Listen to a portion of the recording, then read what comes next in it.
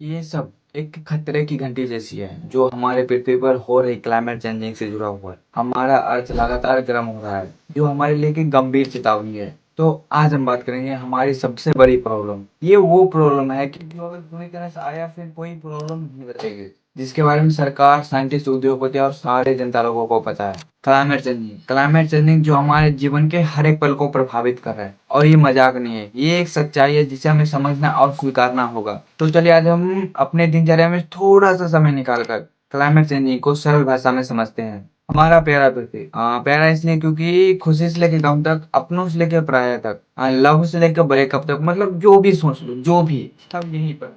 ये नहीं तो कुछ नहीं, इसलिए प्यारा पृथ्वी। तो हमारा पृथ्वी का तापमान लगातार बढ़ता जा रहा है। इसका मतलब हमारे वातावरण में गर्मी बढ़ रही है, जो हमारे पर्यावरण, हमारे जीवन के लिए बहुत खतरनाक है। ये वैसा ही है जब हमारा शरीर गर्म होता है तो बुखार होता है। इसी प्रकार ग्लोबल वार्मिंग के रूप में पृथ्वी का बुखार सामने आ रहा है। ये हमें दिखाई नहीं देता, लेकिन इसका असर हमें हर जगह महसूस हो रहा है। पॉल्यूशन, जंगल की कटाई, बर्फ का पिघलना, ये सब और गंभीर होते जा रहा है। ग्लेशियर पिघल रहा है जिससे बाढ़ की घटनाएं बढ़ रही है, और ये सब ग्लोबल वार्मिंग के ही परिणाम है। समुद्र का जलस्तर बढ़ता जा रहा है। अगर इस पर समय रहते ध्यान नहीं दिया गया तो ये हमारे लिए जानलेवा साबित हो सकता है। हमें अभी से कदम उठाने होंगे ताकि हम अपनी पृथ्वी और आने वाले जनरेशन को सुरक्षित रख सके। जलवायु परिवर्तन को रोकने के लिए हमें अपनी जीवन शैली में बदलाव लाने होंगे। छोटे छोटे कदम उठाने होंगे, जैसे ऊर्जा की बचत, प्रदूषण कम से कम करना और अधिक से अधिक पेड़ लगाना। ये छोटे छोटे कदम हमें बड़े बदलाव ला सकते हैं। ये ग्रीन हाउस का गैस हमारे वातावरण में एक अदृश्य दुश्मन की तरह फैला हुआ है। ये हमें दिखाई नहीं देता, लेकिन इसका असर बहुत प्रभावित होता है। लेकिन यहाँ पर एक सवाल आता है कि ये सब हो क्यों रहा है, ये बुखार चढ़ क्यों रहा है। तो ये सवाल बहुत इंपॉर्टेंट है, बहुत महत्वपूर्ण है, क्योंकि इसका जवाब हमारे भविष्य को प्रभावित कर सकता है। तो चलिए हम समझते हैं। ग्रीन हाउस गैस जो सूरज की रोशनी को धरती पर आने देता है, लेकिन इस रोशनी को धरती से टकराकर फिर अंतरिक्ष में ऊपर जाना होता है। लेकिन इस ग्रीन हाउस गैसेस के कारण ये ऊपर नहीं जा पाता और हमारे वातावरण में ही रह जाता है। Green house gas carbon dioxide, methane जैसे और अन्य गैसों से बनती है जो प्राकृतिक रूप से भी उत्पन्न होती है, लेकिन मानवीय गतिविधियों ने इसके मात्रा को बहुत अधिक बढ़ा दिया। हम जब कोयला, पेट्रोल, डीजल जलाते हैं तो इसकी गैस से वातावरण में फैल जाती है। ये उद्योगों, वाहनों और यहाँ तक हमारे घरों से भी निकलती है। बढ़ती गर्मी का असर न सिर्फ हमारे स्वास्थ्य पर बल्कि पर्यावरण और अर्थव्यवस्था पर भी बुरा प्रभाव डाल रहा है। हमें अपने ऊर्जा स्रोतों को बदलना होगा, अधिक से अधिक पर्यावरण अनुकूल की ओर बढ़ना होगा। हमें अपनी पृथ्वी को बचाने के लिए एकजुट होना पड़ेगा। पिघलता ग्लेशियर, ये ग्लेशियर हजारों सालों से जमे हुए हैं, लेकिन अब धीरे धीरे पिघल रहा है, जिससे समुद्र का जलस्तर बढ़ता जा रहा है। इससे समुद्री इलाके डूबने के खतरे बन रहे हैं। मुंबई, चेन्नई जैसे शहर तो पानी में समा सकता है,